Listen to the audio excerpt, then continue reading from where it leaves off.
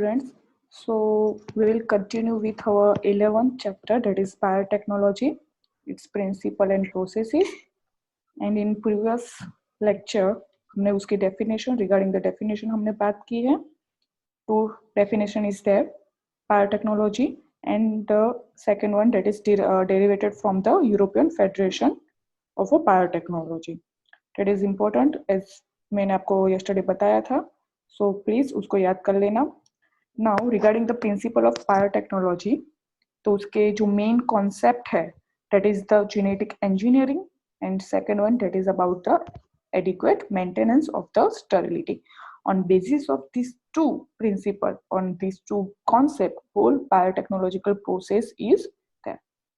Now, if we talk regarding the genetic engineering, that is the main things in a formation of the recombinant DNA to form a new product. Okay, so recombinant DNA require desired genes, then after gene transfer, and then maintenance of this DNA into the host and their cloning. Okay, उसका बहुत थोड़ा बहुत से हमने superficially देखा था.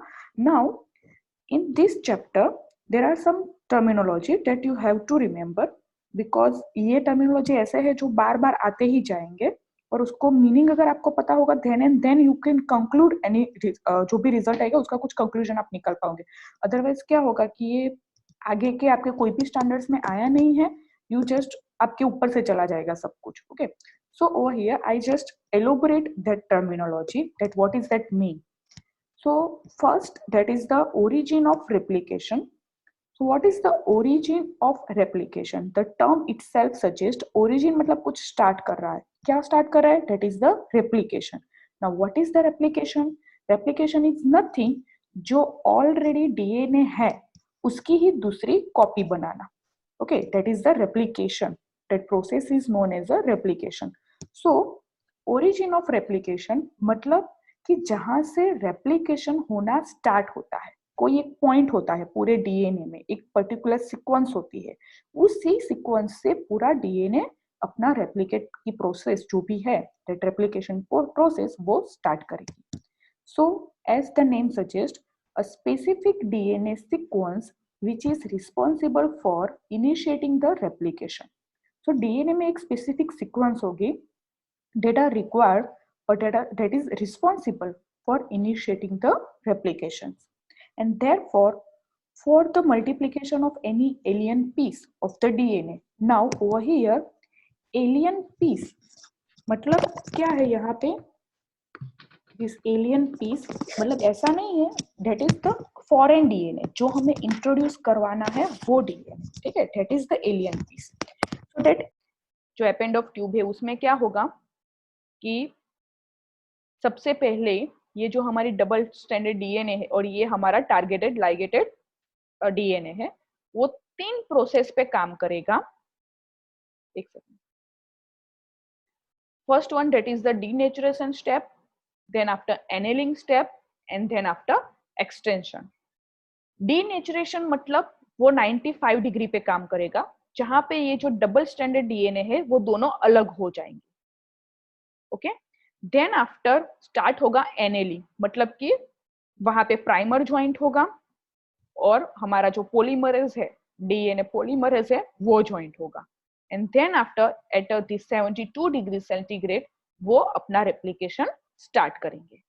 Replication actual process क्या है वो 5th चैप्टर में आपका आएगा, तब मैं आपको डिटेल में एक्सप्लेन कर दूंगी, लेकिन आप अभी सुपरफिशियली उसको देख लीजिए कि कैसे ये प्रोसेस होता है.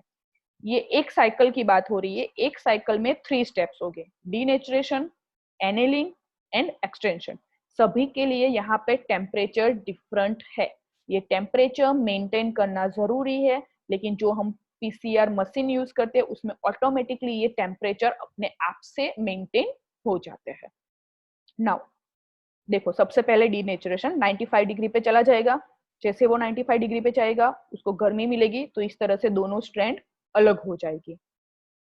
फिर क्या होगा, हमारा डीएनए पॉलीमरेज आएगा, that is the Taq polymerase. Okay, and over here there is a primer. तो ये प्राइमर क्या होंगे, यहाँ पे दोनों जगह पे अटैच्ड हो जाएंगे. सबसे वो स्टेप आएगा एनेलिंग.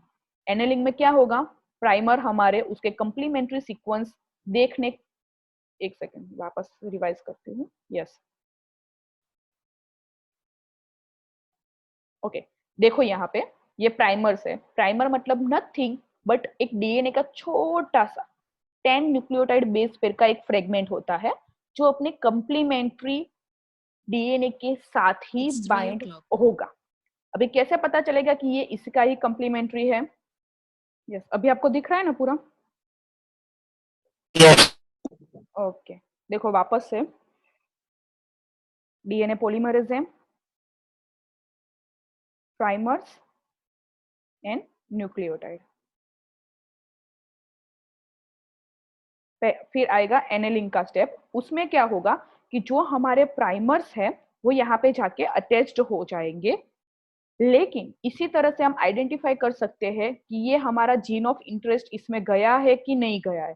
सपोज ये जो प्राइमर्स है वो हमें ही सिंथेसाइज करने हैं पहले से ही, हमारे जो डीएनए हमने टारगेटेड डाले हैं उसके अगेंस्ट में।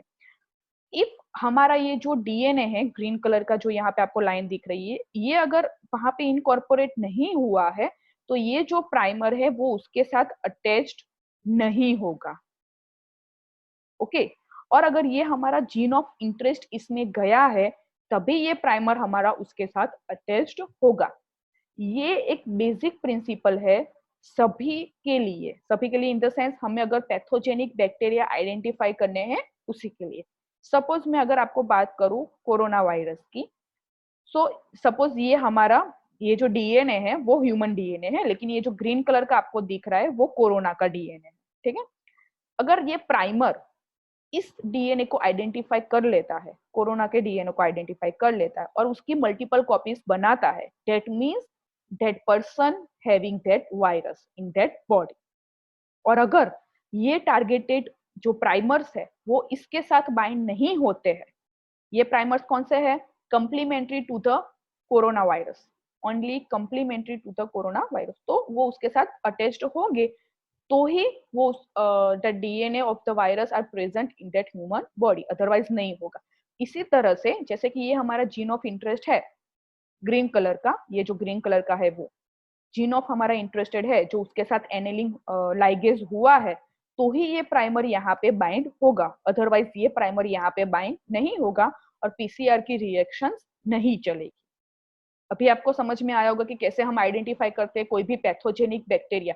कोई और अगर मलेरिया का अगर हमें टेस्टिंग करना है, टाइफाइड का टेस्टिंग करना है, तो इसी तरह से हम कर सकते हैं कि अगर टाइफाइड के जो डीएनए है, कोई भी दूसरे वायरसेस, एचआईवी अगर हमें टेस्टिंग करना है तो उसमें भी जो एचआईवी कोजिंग वायरस है उसका डीएनए अगर हमारे ह्यूमन डीएनए के साथ मिक्स हो जाता है, उसके ब्लड में भी अगर आइडेंटिफाई होता है, तो उसके कंप्लीमेंट्री हमें ये प्राइमर्स बनाने पड़ेंगे।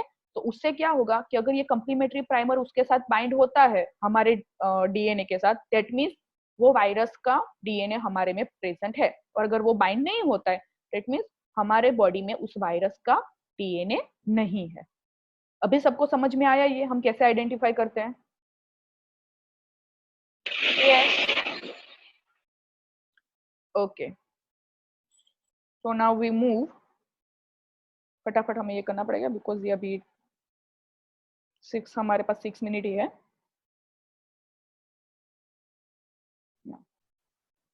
देखो ये यहाँ पे प्राइमर लग गया, फिर ये दोनों पॉलीमरेज उसके साथ बाइंड हो जाएंगे और using the this type of the nucleotide वो उसके कंप्लीमेंट्री स्ट्रैंड बनाने लगेंगे, that is in our extension process. ये हमारी एक साइकिल खत्म हुई, फिर आफ्टर उसी में ही वापस से दूसरी साइकिल स्टार्ट हो जाएगी, अगेन डीनेचुरेशन आएगा, दोनों कॉपीज अलग हो जाएंगी, वापस से प्राइमर्स बाइंड होंगे, वापस से पॉलीमरेज बाइंड होगा और वापस से दूसरी स्ट्रैंड बनेगी। लुक एट दिस प्रोसेस, वापस से वो स्ट्रैंड बना रहे हैं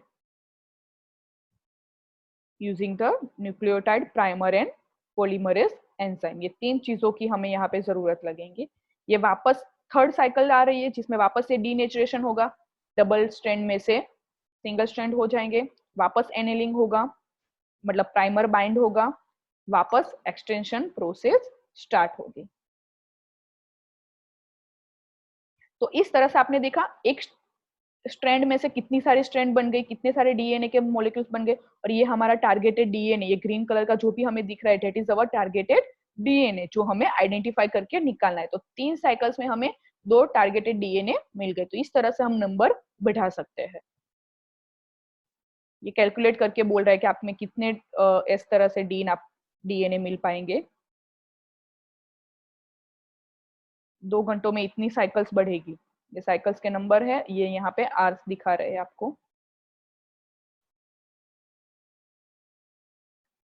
देखो विद इन 4 आवर्स आपको इतने मिलियंस आपको मिल सकेंगे single nucleotide fragment. Okay, so this